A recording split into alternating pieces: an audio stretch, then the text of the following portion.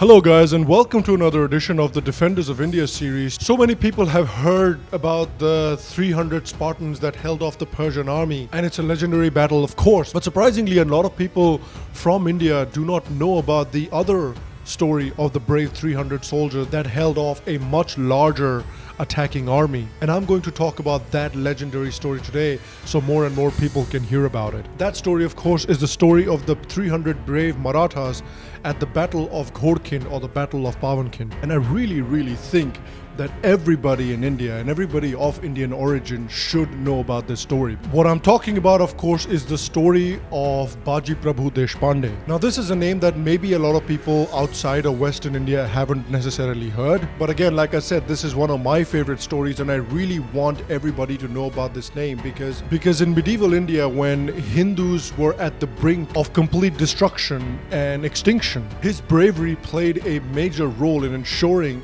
that our culture, that our civilization continued. So in 1660, the Maratha king Shivaji was trapped in the fort of Panhala under siege and vastly outnumbered by an Adil Shahi army led by an Ethiopian named Siddhi Masood. The Adil Shahis were the dynasty which ruled Bijapur for many centuries. The ruler of the Adil Shahi dynasty at the time was Ali Adil Shah II.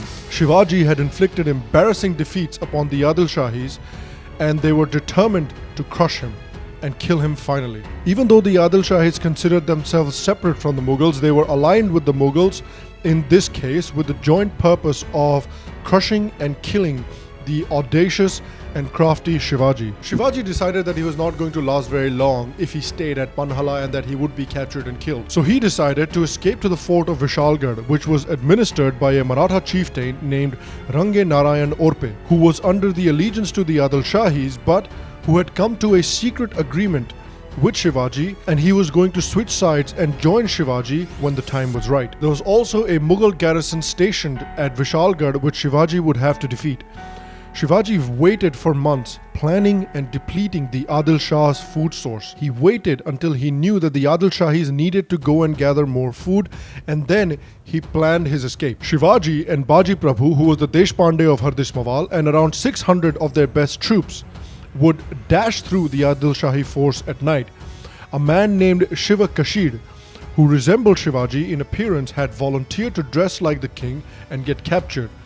It was envisaged that this would buy Shivaji and his troops some additional time before Siddhi Masood realized his mistake and started giving chase to Shivaji. So Shivaji made his escape on the night of July 13th with a small contingent of troops of around 600 people. Baji Prabhu was the second in command of this contingent, but the Adil Shahis gave hot and rapid chase under Siddhi Jauhar's son Siddhi Aziz and Afzal Khan's son Fazl Khan. The Adil Shahi army that gave chase to Shivaji was an army of 8,000 soldiers, so Shivaji's troops were severely outnumbered. It was clear that there was no way to shake the enemy, and that the Marathas would not simultaneously be able to defeat both the Mughal garrison at Vishalgarh and the chasing Adil Shahi army. The only option then, it was decided, was for a section of the Marathas to stay back and fight the much larger Adil Shahi forces while the rest of the Maratha troops would carry on to Vishalgarh. Sri Aurobindo, a great thinker and a great yogi of the 20th century, wrote a beautiful poem describing the brave actions of Baji Prabhu as well. He wrote a passage in which Shivaji said to Baji, "Baji, more than once in battle thou hast stood, a living shield between me and the foe. But more today, O Baji, save than any single life, thy nation's destiny." Baji Prabhu Deshpande readily agreed to face the troops of Bijapur with half of the contingent, around 300 people. Shivaji said that Baji Prabhu would hear the cannon fire from Vishalgarh as a signal of Shivaji's safety. The strategic position of Ghorkin, or Horse Pass, was chosen for the defense. It was very narrow and only a few soldiers could pass through at one time. Baji Prabhu gave strict orders to the 300 Maratha troops.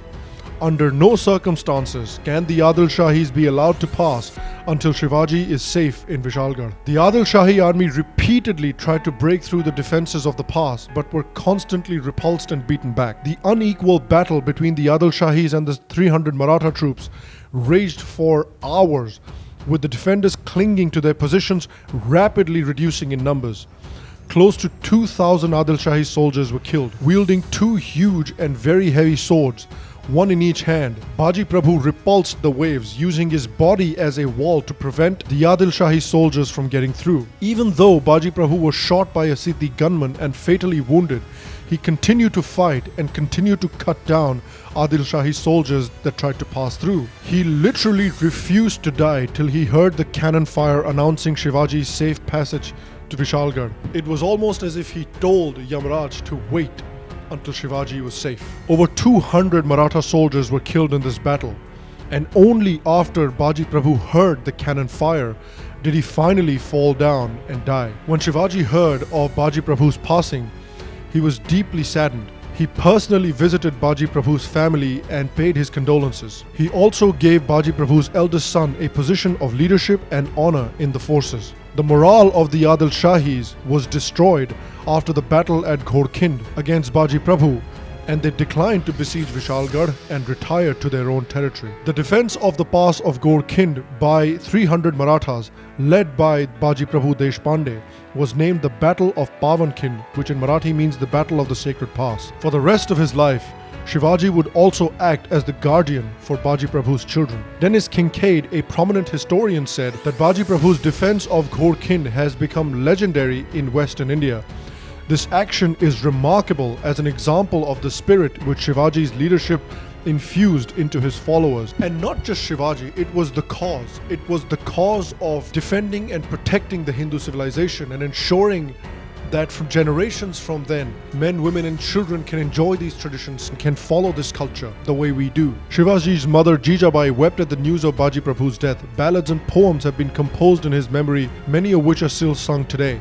Sri Aurobindo, like I said before, the great yogi of the 20th century, wrote a splendid poem dedicated to Baji Prabhu. Again, I will provide the link to that poem in the description below. You should really go and read it. The reason this is one of my favorite stories, and the reason this story gives me so much inspiration, is because it was the passion that defending our civilization and defending our culture infused in people like Baji Prabhu, that these 300 men laid down their lives so that our culture could continue. And I hope if there are people out there that don't know already about Baji Prabhu, they have heard about him today and they go and read more about him. They go read the poem that Sri Aurobindo wrote about Baji Prabhu as well, and realize that it is because of brave hearts like Baji Prabhu that today we are able to celebrate and practice and live our culture. Again guys, thank you very much for watching today's episode of the Defenders of India series. I hope you enjoyed today's episode. If you did, make sure to give this episode a thumbs up. Make sure to give this episode a like. It helps me out. It helps the channel out.